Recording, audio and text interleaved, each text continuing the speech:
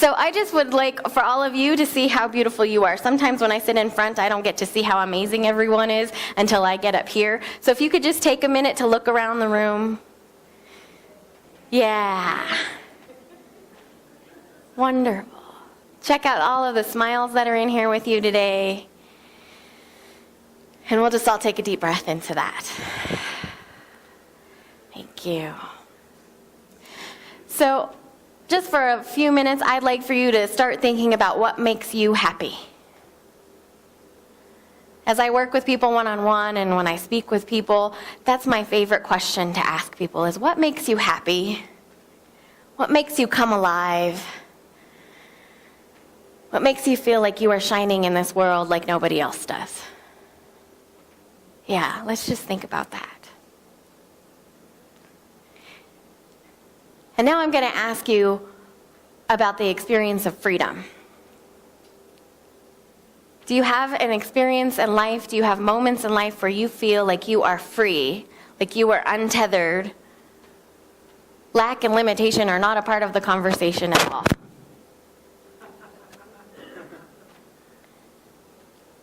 And let's think about the space that's in between the happiness and the freedom. Is there any space there between the happiness and the freedom? If you're like me, there are oftentimes a distance between the happiness and the freedom, right? Like I know what makes me happy, I know what gets me up in the morning, and sometimes I get bogged down by all the lack and the limitation and old thoughts that have me kicking and screaming, right? That are keeping me from feeling like I am free, like I am a fully expressing version of myself or of spirit on this planet. And the way that I've been thinking about this lately is that it's kind of like when you put a puzzle together. Many of us, when we learned how to put a puzzle together as children, were taught one right way to do that, right? There is one way to put a puzzle together. It's the corners, and then it's the edges, and this is the only way to do it. Never mind that I know that kitten's face by heart, and I can put it together faster than anything else. I have to put this puzzle together one right way. Corners and edges. And oftentimes, kicking and screaming down that path of transformation, thanks for picking that song, Jane, because apparently that's really relatable to what we're saying today, means that we have to readjust how we're putting together the puzzle. That we have to start looking for other options that speak to us in order to get from happiness to freedom, in order to feel like we are fully expressing. There's a quote of Maya Angelou's that I sort of carry around in my hip pocket all the time, and it says, my mission in life is not merely to survive, but to thrive, and to do so with passion, compassion, humor, and some style. Yeah. Passion, compassion, humor, and style. We can't forget the style, right? So, as we talk about filling in those gaps from surviving to thriving, and learning how to put the puzzle together in a new way, we are figuring out the gift that we are in this world. And not that survival isn't a perfectly reasonable place for us to be at times, right? Hand to mouth, paycheck to paycheck, or just figuring out how to put one foot in front of the other is sometimes where life gets us. And it's a beautiful place to be and to grow. And so much can happen after we have figured out how to put one foot in front of the other and then realize that we are a gift to be giving in this world. That no matter what it is, the circumstance that has driven us that day to feel like maybe it's a little bit more difficult to get out of bed this morning, that at the other side of that, there is a call for us to be shining the light in this world that only we are. Ernest Holmes says, it's not that God has a purpose for us, but that you and I have a purpose in God. You can't escape the fact that you are here. Something has to be done, and you are the only one that can do anything about it. Ernest Holmes is calling us into being in this world in only the way that each one of us can. Not just Ernest, but spirit, but life is constantly inviting us to show up as the gift that we are in this world. And it's not just our right, but it's our responsibility. I really believe that. So as we're working with our puzzle pieces and being flexible in the way that we put them together, we start to have these conversations with ourselves about not only how we are surviving in this world, but how we are thriving, how we are shining, how we are this gift to be given. And it's often referred to as genius, right? And it's a conversation that I've been engaged with a lot of my friends and a lot of people that I work with one-on-one lately about what is genius. Because many of us are good at things in this world. We can get tasks done, we accomplish them, but they are not those things that make us shine. They are not those things that at the end of the day make us feel like we are free when we are fully expressing them. Genius is where we are shining. It is where we are the gift that we are giving this world, and we are allowed to do that. In fact, we're not even asking permission anymore. Here we go. Okay. So David Whyte, who is an Irish mystic and poet, describes genius this way in his essay. He says, "Genius is both a specific gift and a possibility that has not yet occurred. It is not a fixed internal commodity to be exploited and brought to the surface, but a conversation to be followed, deepened, understood, celebrated, and articulated in the presence of others. Genius is the meeting between inheritance and horizon, between what has been told, what can be told, and what is yet to be told, between our practical abilities and our relationship to the gravitational mystery that pulls us on. To experience our genius, we stand beneath the set of stars present at our birth, but from that place seek the hidden single star over the night horizon we did not know we were following." Right. We seek the single hidden star over the night horizon we did not know we were following. How many of us oftentimes feel like something bigger is calling us to do, to be? Yeah, I think most of our hands are up some way or another. And we often refer to it as being called. We refer to it as realizing our gifts. We refer to it as freedom. It's all that's the same. It's that willingness to recognize that there is something bigger than ourselves, that is part of ourselves, that is pulling us onward. And recognizing, again, that it is not just our right to access it, but it is our responsibility. We are being called to be something bigger in this world. We are being called not just to survive, not just to get by, but to thrive in this life. And that is not in spite of our circumstances, but that is giving them a big giant hug and recognizing that they are a part of the work that we are doing here, and they are a part of who we are, and that is also our gift to give. Recognizing that we are bigger than our circumstances, and that we are creating this life with this presence that loves us so much that all it does is say yes. That's my definition for God when someone wants a quick, fast answer. Something that loves us, that is bigger than us, so much that it really is unconditional. And that the only answer that comes from that love is yes. If this is what you believe, then yes. If this is what you want, yes. If it's a prayer of lack and limitation that you are speaking every day and not realizing you are doing it, I love you, yes. And so that makes us much more responsible, right? That's the big scary thing about this philosophy, is that we are learning about our responsibility in the world to put something into it that is recognizing how beautiful we are, how much we are changing the world, and what we are saying yes to on a regular basis. So as we recognize that we are being called to something bigger, we also recognize that we are being called to be responsible. Yeah, let's just take a deep breath on that one. Yeah, there's some tension in this idea that we are responsible. But how exciting is that? That we are responsible for saying yes to creating the life that we want to be living. That we are living right now. We are responsible. The gremlins now? Wind, okay. We'll embrace the wind too then.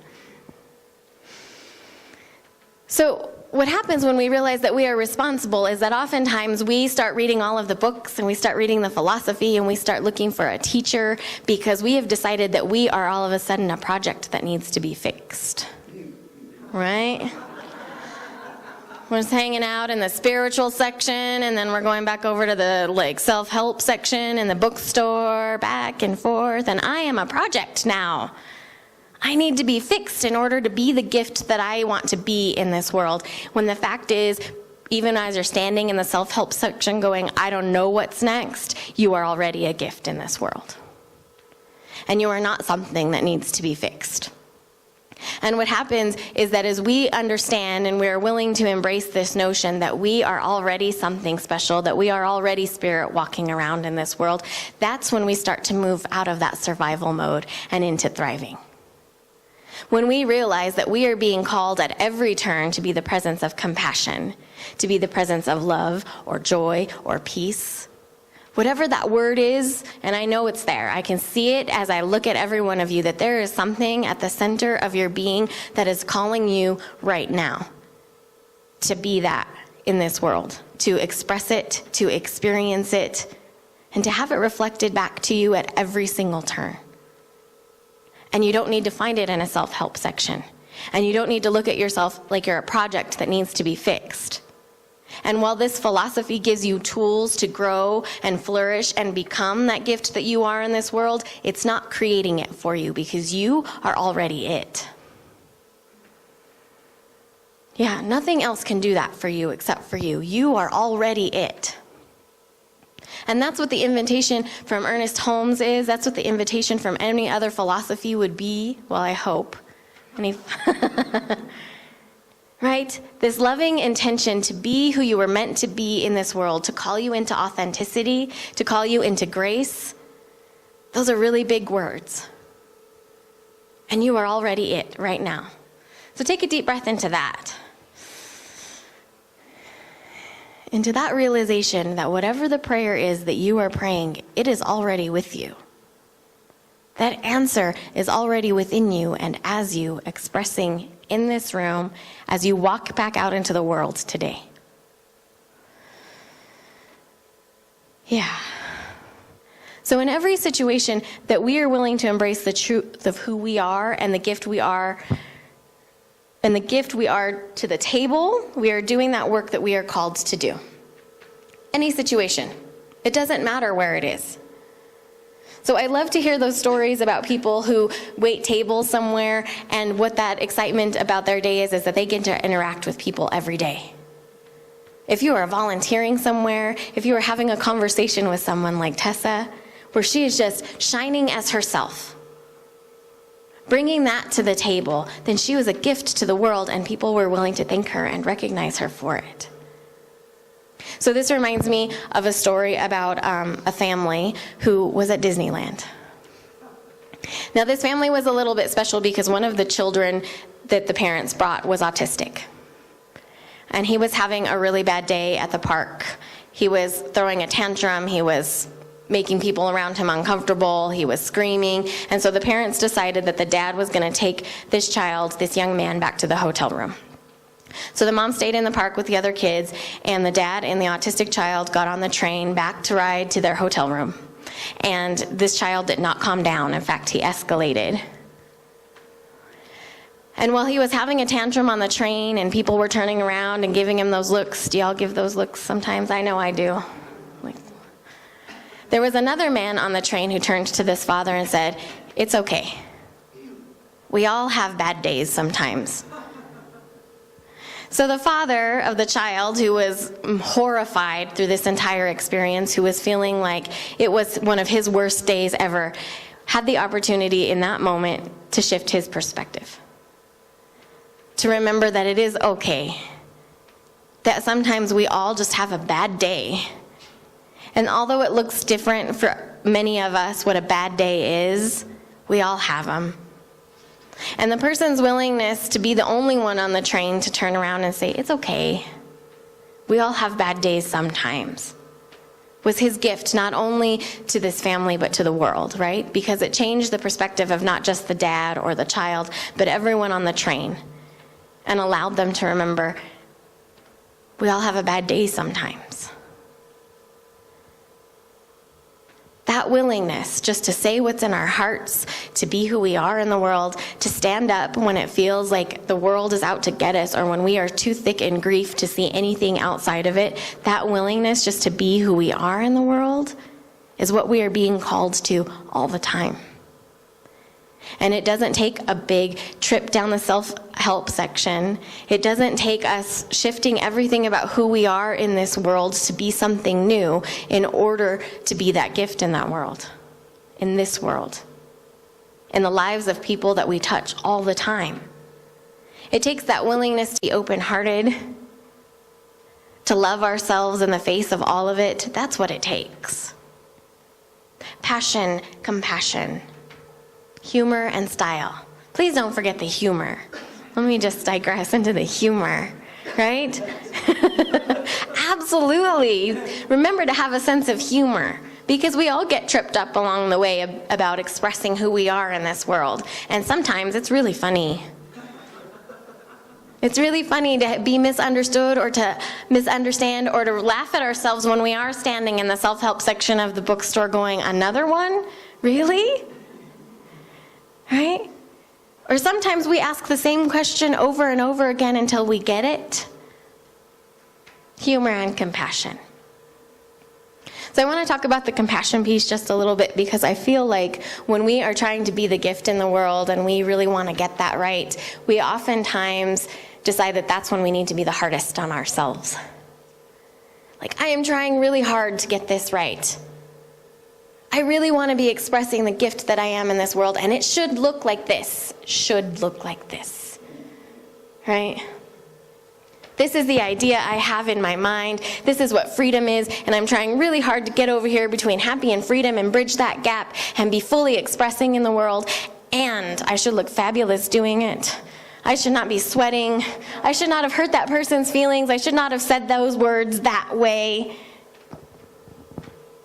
And what's most important when we want to be the presence of love and compassion and give that gift in the world is that we first be willing to give that gift to ourselves. Yeah.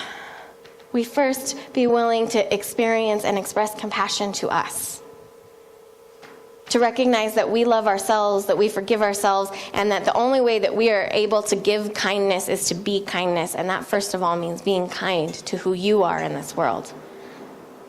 By recognizing that you are not a project that needs to be fixed, that you are standing here, sitting here, breathing here, okay, just the way that you are in this world. And the more that we are willing to embrace that truth about ourselves, the more we move into a space where we can just embrace that truth about others. The more that we are fully expressing, the less concerned we become with how others are doing that in their lives, right? The less concerned we become about what someone's hair looks like, or what music they listen to, or what bathroom they walk into, right? Because we are willing to recognize that if we are walking around in this world doing and being and expressing the best way that we can, then maybe, quite possibly, the person next to us, across the street from us, is just doing that themselves. The same exact thing. That we are all being called to be the presence of love and kindness in this world in a new way, and we are doing the best that we can to get there. That we are all moving into shining and thriving in this world, and we are kicking and screaming, or we are just muddling through it the best way that we know how. And the best way to support one another in that is to be compassionate, to be kind, to laugh at it when it gets a little bit sticky. Yeah. Please, if I don't say anything else, it's to please to recognize that you are not a project that needs to be fixed. That where you are right now is perfect just the way that it is. And that you are being called to express that greatness at every single turn. There is no need to apologize. There is no need to judge yourself, that you are already it in this world. Okay. Take a deep breath. I don't know how long I'm supposed to talk or how long I've been talking. This one's timing me. Oh, good. I'm right on track. Okay. So So I normally end when I speak with a poem, and I actually brought a blessing by another Irishman today by the name of John O'Donoghue. So I brought his blessing for longing. And he says, "Blessed be the longing that brought you here and quickens your soul with wonder. May you have the courage to listen to the voice of desire that disturbs you when you have settled for something safe. May you have the wisdom to enter generously into your own unease, to discover the new direction your longing wants you to take. May the forms of your belonging in love, creativity, and friendship be equal to the grandeur of and the call of your soul. May the one you long for you. May your dreams gradually reveal the destination of your desire. May a secret providence guide your thought and nurture your feeling. May your mind inhabit your life with the sureness with which your body inhabits the world. May your heart never be haunted by ghost structures of old damage. May you come to accept your longing as divine urgency. And may you know the urgency with which God longs for you." Now I'm going to ask the practitioners that are in the room to help me anchor in prayer.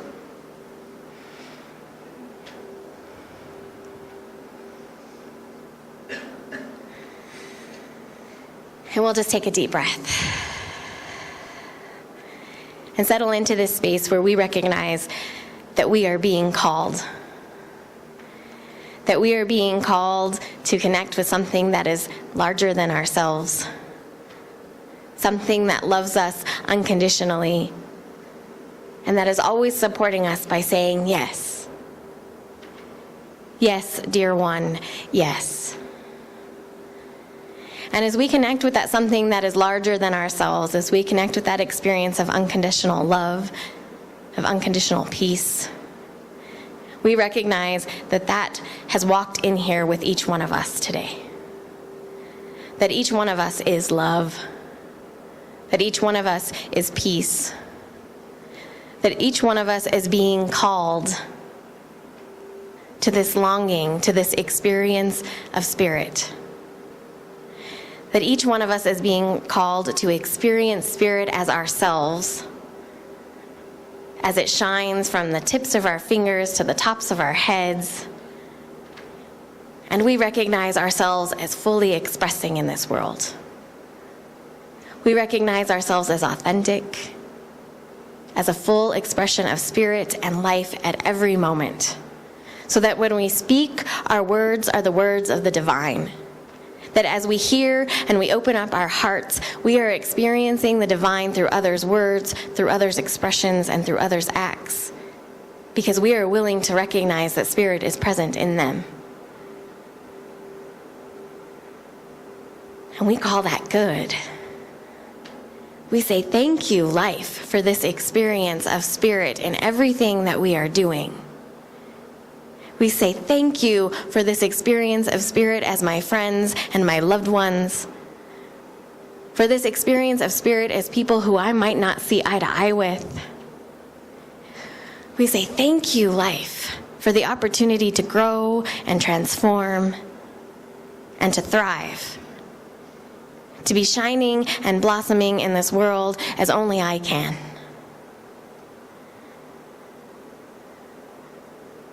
So it is from this space where we say, thank you, life. We say thank you to community. And I say thank you to everyone in this room. I release my word into spirit, and together we say, and so it is.